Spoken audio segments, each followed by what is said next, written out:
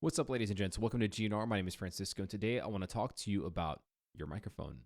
So, you went out, you bought yourself a mic. You got yourself either a USB mic or an XLR microphone. If you went the XLR route, then you probably bought yourself an audio interface, something like the Go XLR Mini, Focusrite, Scarlett Solo. I mean, there's a plethora of interface options out there.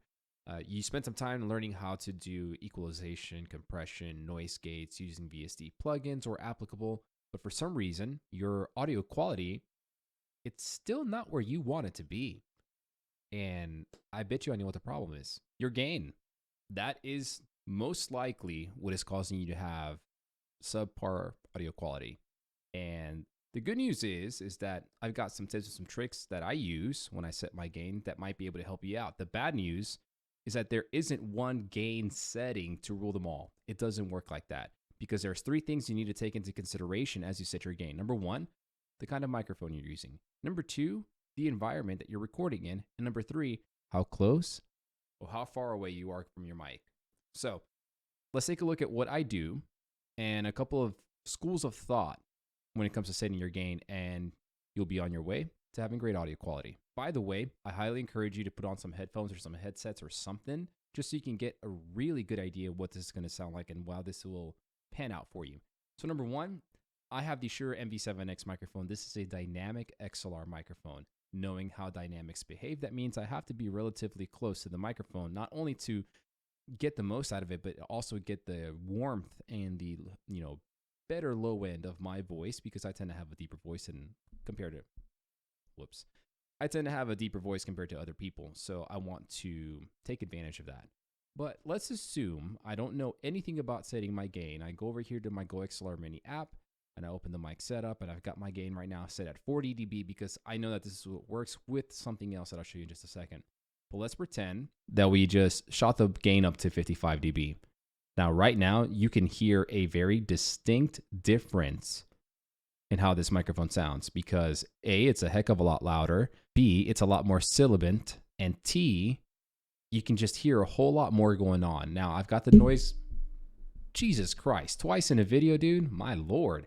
Now, I've got noise gate activated, so you're not going to be able to hear everything going on in the background, but you know what, just for shits and giggles, let's go ahead and turn that off. You hear that?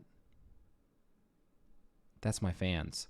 And that's just the ambient sound from my room. At 55 dB gain through the Go XLR Mini app, this is the result that you're going to get. Now, to eliminate this thing, you just turn your noise gate on and it's gone. But still, maybe you don't know that and you're just like, oh, my mic is loud, my voice and my audio are loud, and I'm good to go. That's not the case.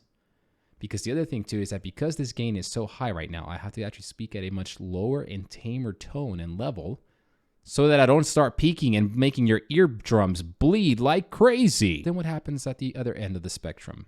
You just bring it down to the 34 dB, 34 dB, sorry. I can English, I swear. So you bring it down to 34 dB and all of a sudden it's just a little hard to hear you. So if we can't go too high and we can't go too low, what do? Well, it's actually pretty simple. I'm glad you asked. So for this microphone, I know that typically I'll set it to about 45 dB. Okay. And you can look at the meter here, and it doesn't look anything crazy. According to the Go XLR app, you're supposed to be in somewhere in the good range, and you can see me over here being somewhere in the low range. And then I have a solution for that. So what we're going to do is you're going to go to, let's just say you're using OBS, all right? So in OBS, you're going to go ahead and open up your filters for your device. We're going to go ahead and close this out. And you see my filters, I have Reaper Gate, Reaper Compressor, Reaper EQ, and Gain. So right now, noise gate's turned off. Let's just go ahead and turn it back on just because it helps. What you're going to do is you're going to set your gain through your audio interface or through the microphone itself if you're using a USB one or internally in your system, in your computer, at a pretty medium to low spot. And you're going to have to test this quite a little bit before you get to where you're not hearing your ambient noise and your fans, etc., but you're still able to hear your voice rather clearly. Then you'll go into OBS or whatever software it is that you use to edit your audio, and you simply add some extra gain there. Now you can tell right now I've got this gain turned off. So let's see what happens when I turn it on and add an additional 3.5 dB of gain. This is the result that you get. So what this does is that it takes the signal from the microphone and audio interface, in my specific case, and just raises it by 3.5 dB. If I were to add 3.5 dB of gain through the GoXLR app, it basically makes everything this microphone captures louder. Whereas doing it this way, it takes everything that the microphone has captured and makes that louder instead. So it reduces the amount of noise that's going to come in, and instead it's going to take everything that's already captured and raise that up. Now, usually with this microphone, I'm about maybe 2 to 3 inches away from it, and this is the result that you're going to get. But Frank, it can't be that simple. Well, it actually kind of is, as a matter of fact. So as you're working to achieve this happy medium in setting the gain for your microphone, be it through the knobs on the mic, the knobs on your audio interface, or some sort of slider on whatever software handles your mic's gain, such as the Wavelink software for the Wave 3 microphones from Elgato, I want you to take into consideration a couple of other things, okay? Number one, the closer you are to your mic, the lower your gain needs to be. And the further away you are from your mic, the higher your gain needs to be. But as you're doing that, I want you to know one thing, that if you're far from your mic and your gain is too high, you're allowing and creating room for more noise to get in there, especially with microphones such as this one, this dynamic microphone. The closer that I get, the better of a job it's going to do in rejecting all the other noise, because it's going to solely focus on the subject in front of the microphone. So I like to do about maybe 2 to 3 inches away from the mic and call it a day. Now, as far as the recording environment is concerned, you're going to want to be in somewhat of a treated space. You don't have to go out there and spend beaucoup money on acoustic panels and what have you. Just make sure your space is furnished.